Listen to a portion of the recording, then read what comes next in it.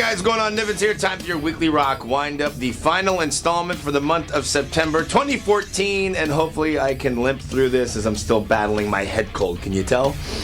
Of course, the big news was going to be about AC/DC kicking out a new album in December, Rock or Bust, but I think the bigger news than that is that from a couple of reports now, Malcolm Young leaving AC/DC permanently, like he has retired, and subsequently is being watched round the clock for dementia. Still waiting to see how all this develops in terms of what's going on with Malcolm. Of course, we all have our the best wishes for him. But as they say, the show must go on. AC/DC looking to put out a new album towards the end of the year and then talking about a tour in 2015. Stevie Young will be tapped, the nephew of Malcolm and Angus, to take Malcolm's place.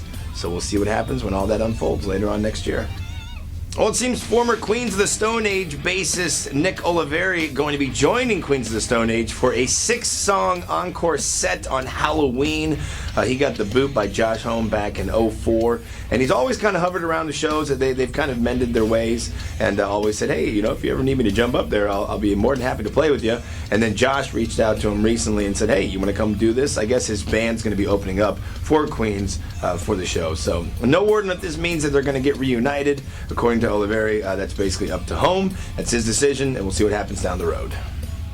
And speaking of former bassist, Jason Newsted, former bassist from Metallica, no longer on social media. That's it. I'm done with it. Not on Twitter, not on Instagram, not on SoundCloud, YouTube, Pornhub. Wait, was he on that one? I'm not sure. Facebook or any of those other ones, saying that he's removing himself from it completely. Now, speaking of Metallica, word on the street is that towards the end of November, they're going to be putting out the coveted 10th anniversary edition Blu-ray 2-disc for Some Kind of Monster.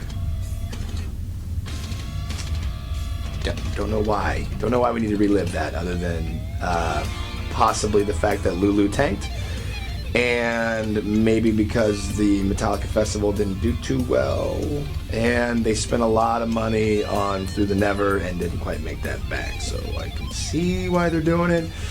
Still, though, why? Now here's a moment where we close out your weekly rock wind-up with some new music announcements. Looks like Taylor Momsen and company from the Pretty Reckless talking about putting out an acoustic album. I already told you about Metallica doing the Some Kind of Monster. Why? I don't know. And AC/DC. Machine Head has a new single available for streaming, Now We Die. Those guys had to postpone, as I told you last week, the North American tour to focus finishing up on their latest album. Killswitch Engage start demoing new jams later on this year. Of course, catch those guys as they headline Freakers Ball out at the Midland. Get your tickets now over at 989therock.com. What else? I like this noise right here. Melvins have recruited Butthole Surfers guitarist Paul Leary and bassist J.D. Pincus, if you haven't known this, to work on some new stuff. They're putting out their 23rd album, that is the Melvins, Hold It In, and they have a couple of singles that are now being able to stream online. Brass Cupcake, Bride of Frankenstein, and now Sesame Street Meat, which I think is interesting.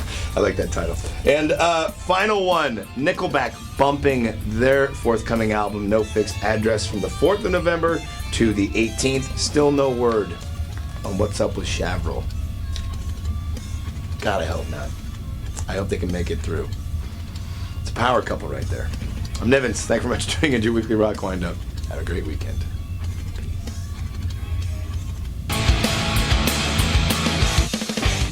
You want an outtake? I'll give you an outtake. In a recent write-up in Diffuser, it was argued that it's okay and justifiable to go inside of Urban Outfitters and buy your vinyl. While I support the idea that you can get music anywhere and you should celebrate music and you should share it with your friends, you should not give it to some fucking retail giant. You know why? Every single dollar you give to that Mr. Urban Outfitter, whoever they are, doesn't go to the mom and pop record shops that could use it, that are trying to cultivate a family and a bunch of friends to get together and learn about music and talk about music and share music. Sure, you can go in there and you can justify buying an album or two because you went and bought a pair of jeans that were already pre-ripped and acid washed. Go ahead and